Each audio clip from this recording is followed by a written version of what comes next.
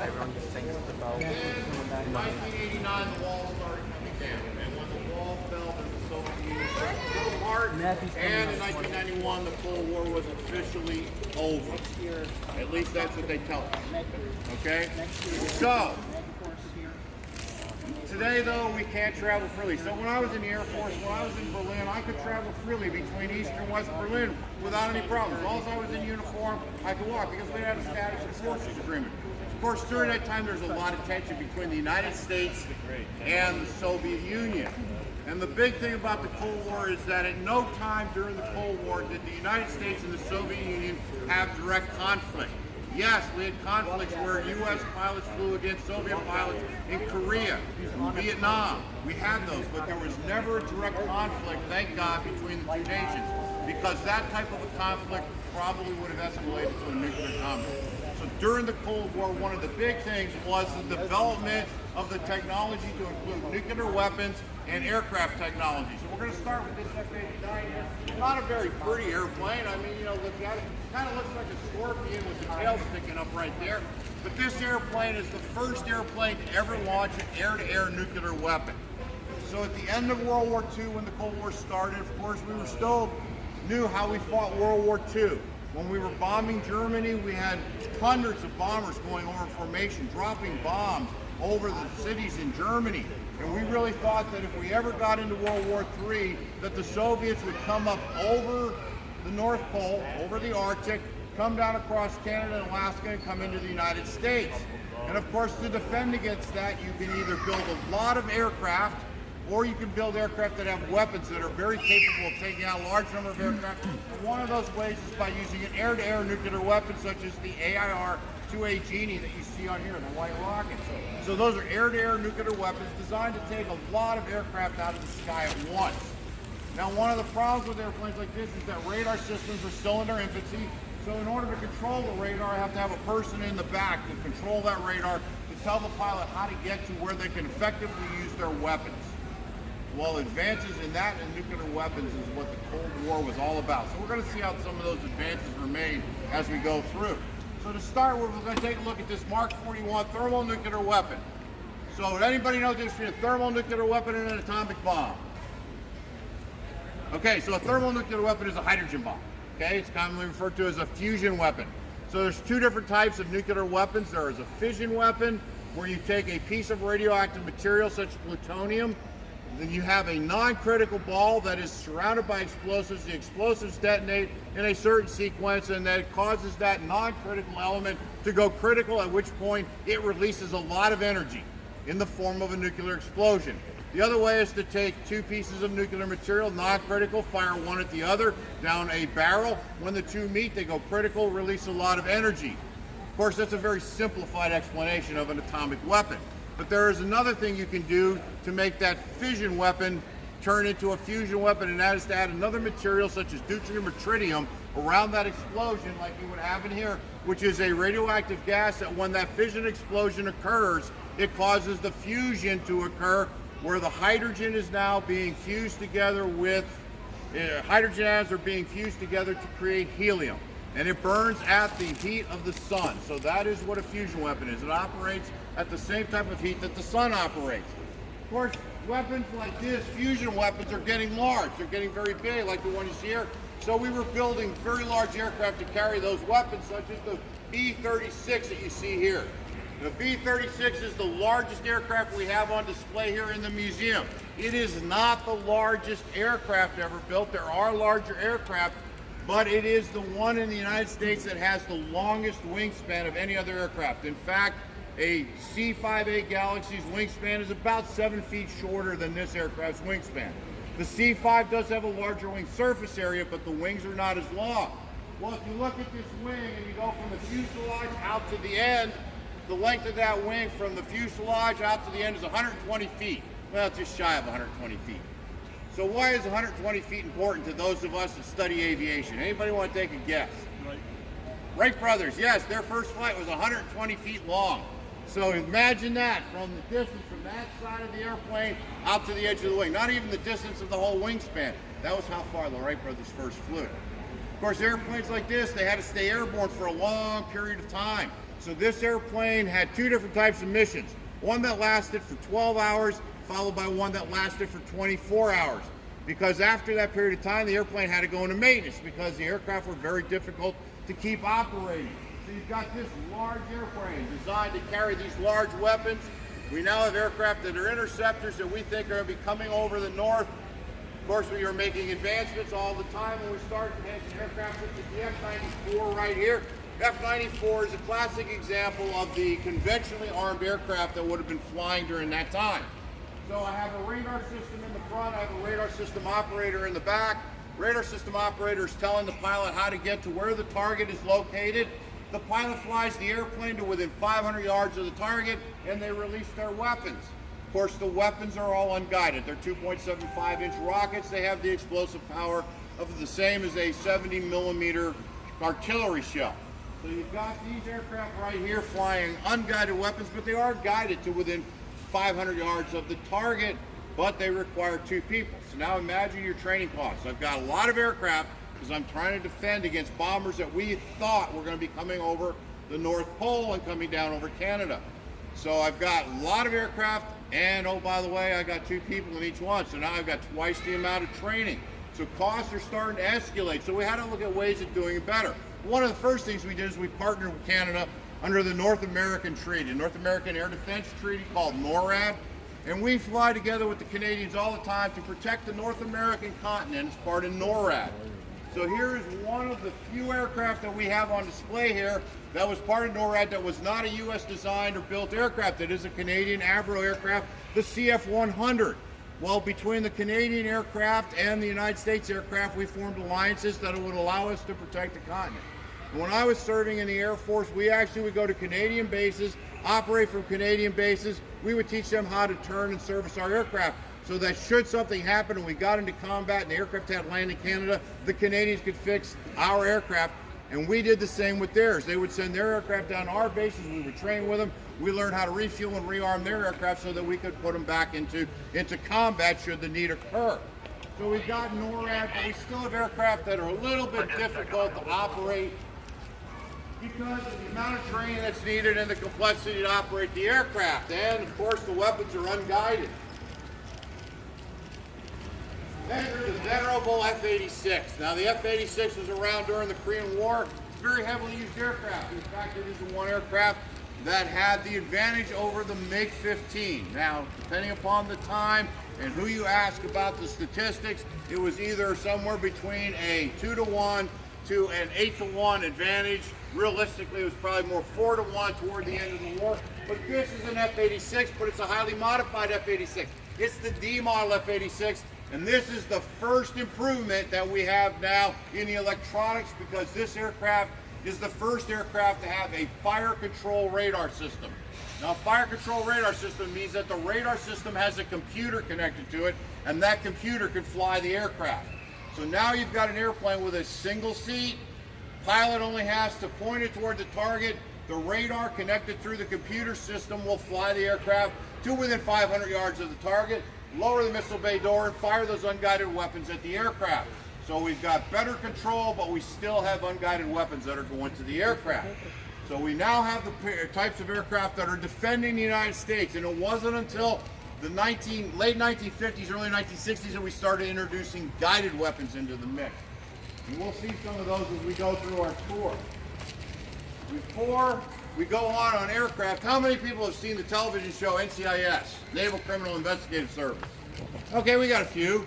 So, how many know that the Air Force has something very similar known as the OSI, Office of Special Investigations? You've heard of it. Okay, so during the Cold War, they played a very critical role. So we had Office of Special Investigations throughout Europe, and they were our counter-espionage team. And yes, they were looking for spying that might have been going on by various entities, including spying, internal spying, by people that were working for the United States Air Force. And they, of course, they did capture some. One of them is Airman Carney here, shown on that picture right there. And he was selling secrets to the East Germans. And he was getting close to getting caught, so he defected to East Germany, and he moved to East Germany, and of course the Berlin Wall came down.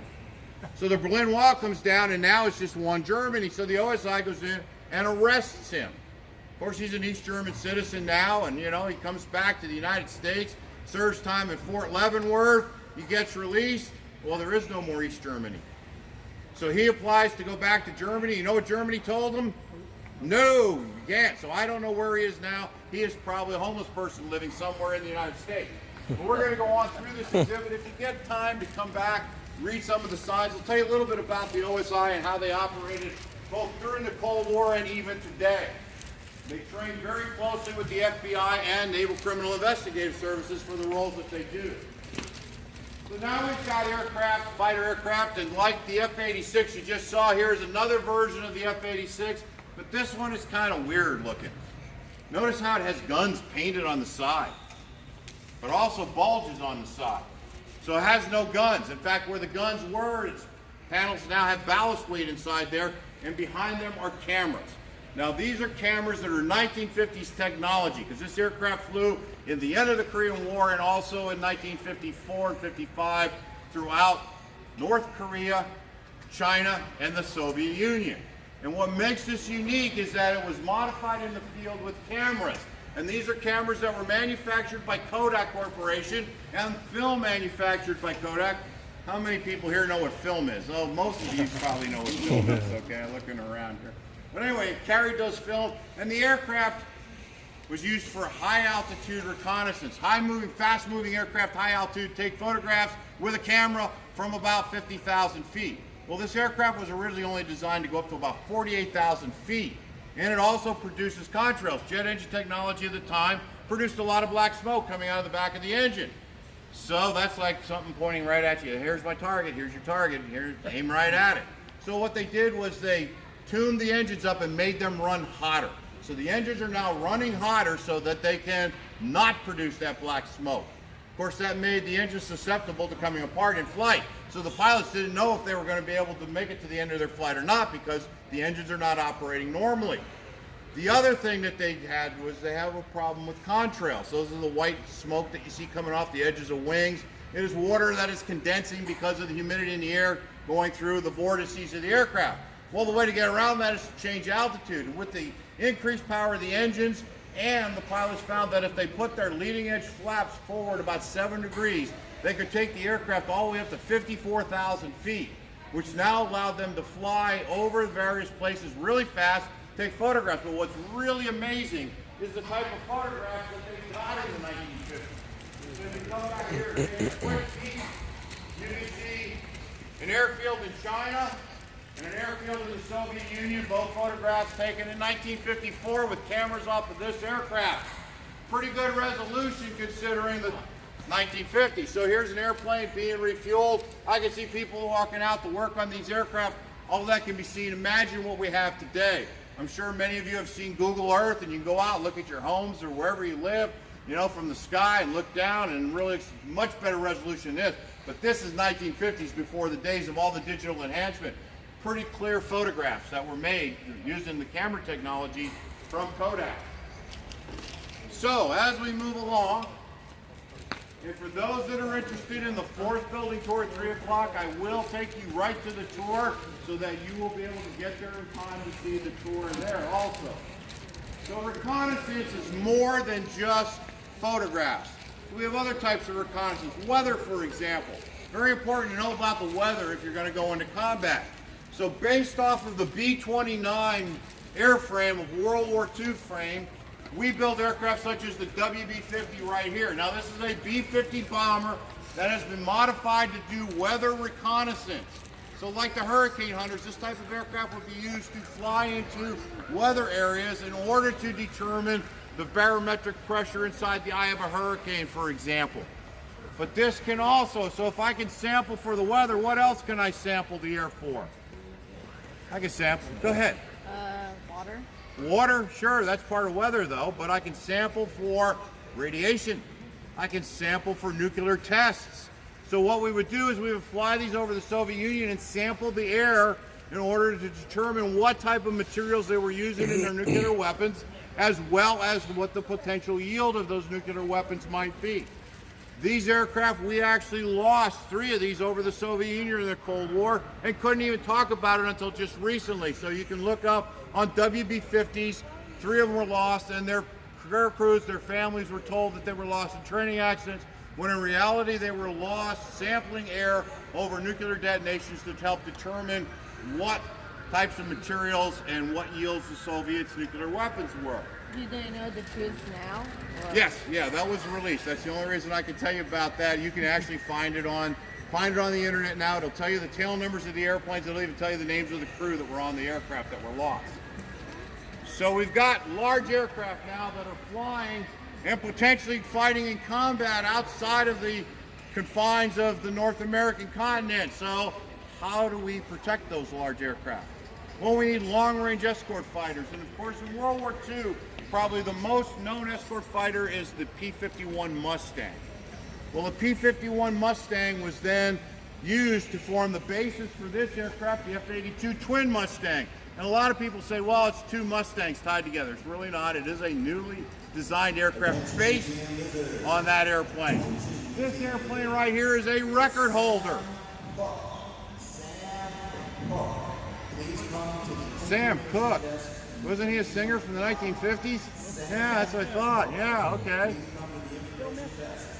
So this airplane right here is a record holder, world record holder. It flew non-stop from Hickam Air Force Base in Hawaii to LaGuardia Airport in New York, which was quite a feat for a propeller-driven airplane.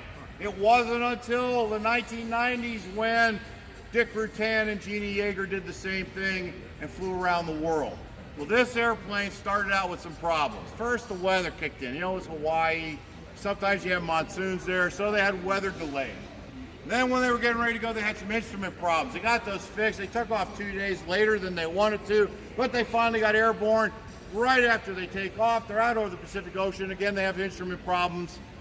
but the crew decides to go on and continue the mission because they got redundant systems. There's 2 cockpits in here. So they continue flying along, and they're over the Pacific Ocean. In order to make that flight, they had to have external fuel tanks. So they got the external fuel tanks on, they go to drop them when they're empty, and what happens?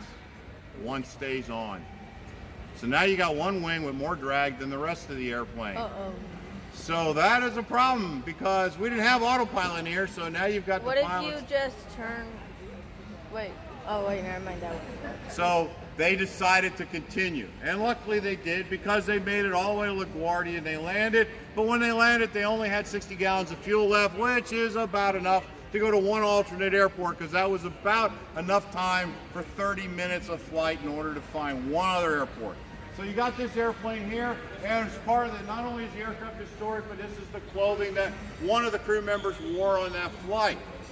So that's one way to protect these large aircraft on long missions is to use a long-range escort. We also got the idea to do something known as parasitic fighters. And if you come with me, we're going to go in this little alcove right here. We're going to take a look at a parasitic aircraft. So who knows what a parasite is? Go ahead. It's pretty much a virus that's bigger than itself. And it needs to have another host Yeah. to maintain it, okay? So parasitic fighters like that because it needs a B-36. What we would do is these aircraft would fly up underneath the B-36 and there would be a trapeze mechanism coming out of the bomb bay. That hook on the front would catch that trapeze mechanism and it would pull it up partially into the bomb bay, enough so that the pilot could get out, they could refuel and rearm it. Now this one is a reconnaissance version. There was also a fighter version. That one's on display in the 4th building. If you take the 4th building tour, you will hear about another parasitic aircraft, which actually went all the way into the bomb bay. But this aircraft here is an F-84 that's been modified. So that is an F-84, what most people see as an F-84. So the brown and the tan and green one right there, and this is also an F-84. Intake in the front, intakes in the wing. Longer nose, hook on the top. So you have all of these modifications done to it. Tail on this one points down. That allows it to come up. And we actually use these for about 2 years for aerial reconnaissance, where we'd have a B-36 take off, one of these take off, latch up, fly over to China, say for example, release the F-84. It would do a high-speed circuit, come back, hook back up to the B-36. The B-36 would bring it back to the States, and they would then develop the film and see what they got pictures of. So we used that, but while we were working on that, we also developed something else that was unique and it solved the problems for what we still use today, and that's in-flight refueling. So we're going to take a look at one of the first practical in-flight refueling aircraft. B-50s were used for refueling, as were modified B-29s, but the first aircraft that was purpose-built to do in-flight refueling is the KC-97. And we're going to go behind this to see how the refueling system works. But on the way around this F-84, we're going to take a look at one of the first advancements in nuclear weapons. And that advancement is making them smaller and modular. So this is a sample of a modular nuclear weapon using a building block concept. The center section is the nuclear warhead. I can have a different nose and a different tail that allows me to use that in both tactical and strategic environments. Tactical means I can attach it to a fighter aircraft and use it on the battlefield. Strategic means that I can take it to a hardened target that I need to remove, such as a command post or an operations center. And I can put that on a bomber or on the end of an ICBM or a cruise missile. So I have these different building blocks that can be used, and of course the weapon is much smaller than that one that we saw up front. So we're going to come on back through here. The first thing I want you to notice is that this has 4 propellers and 2 jets. So 2 propeller engines and 1 jet engine on the wing. When it was first put into service in in-flight refueling, it only had the 4 reciprocating engines. Now there are 2 ways to do in-flight refueling. I can use what's called a probe and drogue, to where I have a hose that comes off the back of the aircraft and it has a basket on the end of that, and I can fly my aircraft probe that sticks out of the aircraft into that basket. I can then transfer fuel at about, I don't know, probably in the neighborhood of 300 gallons per minute. Pretty slow, but it's effective. And it's used still today for aircraft that don't consume a lot of fuel, such as helicopters, plus the Navy uses it for fleet defense. So a lot of the fleet defense type of aircraft that the Navy flies refuel using the hose and probe and drogue. Air Force needs to refuel fighter aircraft, which really suck a lot of fuel really fast, so they developed the boom, the flying boom method. And if you look at the back of this aircraft, you can see there's a boom with 2 airfoil surfaces. Those 2 airfoils allow a person laying in that gondola to control the boom and actually fly it up and down and left and right. It can go about 15 degrees left and right, and it has about 30 degrees of freedom of movement once it's released from the back of the aircraft. So I've got that, and coming out of the back of that is a large hose that has a receptacle or nozzle on it that hooks into a receptacle in the aircraft. And it can transfer fuel anywhere from 600 to 1,000 gallons per minute. So I can refuel a fighter aircraft in about 2 minutes using this type of an in-flight refueling system. So the way it works is the person in the back is steering that and he's flying into it. The aircraft coming up to get fuel will use this gondola right here as a reference. There's lights underneath that will guide the aircraft up to the refueling area. While they're doing that, they're also watching 3 lights in the back of that gondola. There is a red, a yellow, and a green light. If I am flying and I see the yellow light, that means I am too low and the hose won't reach. If I'm flying and I see the red light, that means that if I keep going, I'm going to hit the airplane. I'd better lose altitude. If I see the green light, I'm in that sweet spot, the spot that the boomer can use and control that hose and get it into the receptacle in my airplane. Will connect, transfer the fuel. One of the problems though with this airplane was that its fastest speed was slower than the slowest speed of the fighters it was trying to refuel. So how do you do it? Now you have to refuel in a dive if you're refueling a fighter. That's why they added the 2 jet engines onto this aircraft in order that it could fly straight and level, because I don't know about you, but I don't think I'd want to be refueling when I'm in a dive. So moving along, we have a jet engine. This was used in many United States and Allied nations during the Cold War. This is the J-79, and it shows you the simplicity of a jet engine. They are really fairly simple devices. You start out, you have air that is sucked into the front. It is spinning this compressor by a starter. The starter can be driven by hydraulics, by air, by jet fuel, or even by an explosive cartridge that burns really fast to spin it. So this will spin and it'll start bringing air through, and you can see large blades, large areas, small area. That is now compressing the air as it's moving through. It will move through the engine. It'll come to this section called the diffuser. That starts the air to span out. It will span out into the combustion chambers where fuel is added and it's ignited. That will burn, rapidly expanding that air, that compressed air. It will blow over these turbine blades, which now will start to spin. They are connected by a shaft to the compressor blades. Once those turbines are turning the compressor, we can now shut off the spark so that I don't need ignition anymore, because it will continue to burn. And any energy that is not used to turn these turbine blades will come out of the back as the exhaust. The engine that you see here produces about 17,000 pounds of thrust. But it also has afterburner, which is another section where I can dump raw fuel into this part of the exhaust section. That will then be ignited, and that will cause that air to rapidly expand even more. So when you see an aircraft, fighter aircraft taking off with a long flame out of the back, that's when the afterburner is on. Afterburner adds about 25% additional thrust to the engine. This engine goes to a 23,000 pound class thrust engine with the afterburner. So now simplicity is what you always want. You want things that can be maintained. You want things that can stay around, last a long time. So jet engines offer a lot of advantages. Today, jet engines are even more fuel efficient than many of the reciprocating engines. Those modular nuclear weapons, as I said, were also used in cruise missiles. So these are some early cruise missiles, the Matador and the Mace. The biggest difference between these 2 missiles is their range. This one was a 500-mile range. This one was a 1,500-mile range. These would have been throughout NATO as weapons to protect the NATO countries during the Cold War.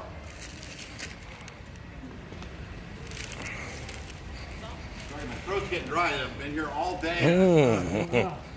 Need a tequila shot. I will make sure I keep this going, okay?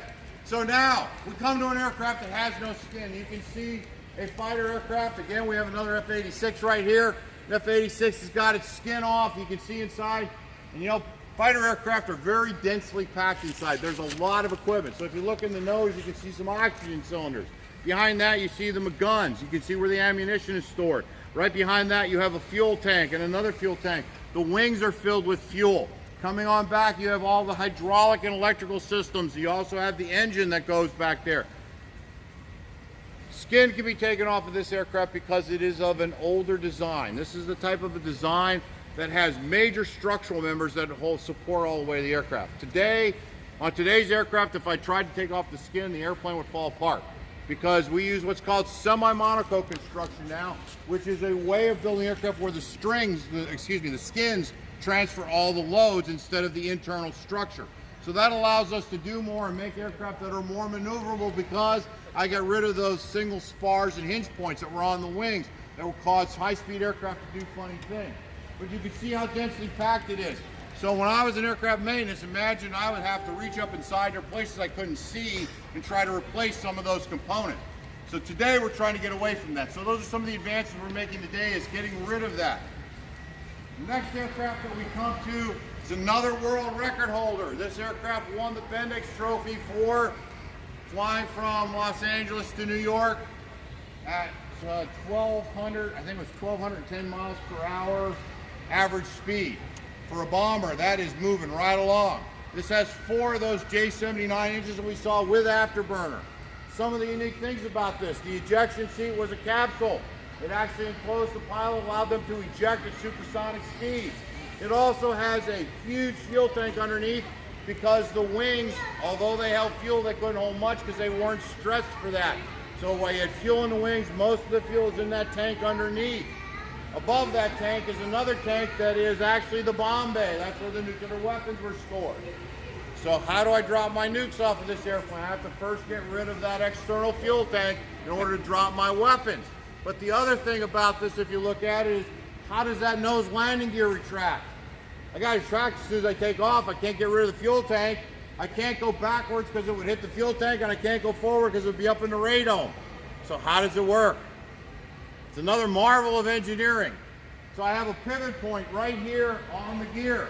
What happens is the gear starts to go up, straight up into the nose wheel well, and it'll pivot on that point, and it'll pivot to where the top of the gear goes up and back, and the nose wheels essentially just go straight up, and they're right here inside the wheel well, and then the doors close. So it's a rather unique mechanism, and if you want to see it at the information desk in this building, we have a little scale model. You can flip the switch and the gear will retract. Now we're going to go over to our next aircraft, which is the rear part of that B-36 that we looked at. So before we go in there, I got to turn on my flashlight.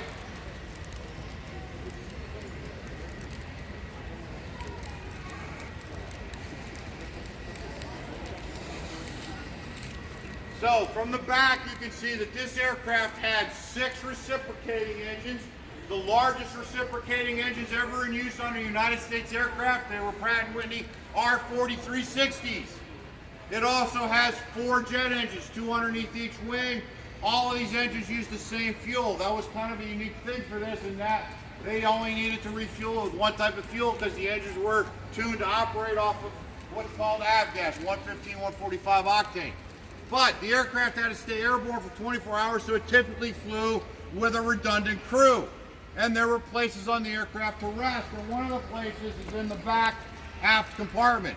So if you kind of stand behind me and look up inside here, you can see the bunks. There's actually 6 bunks here. My light won't go all the way up, but there are 6 bunks up here. This is also where the observers sat, and also where the rear gunner sat. Huh. Wow. It's really interesting. So you can see the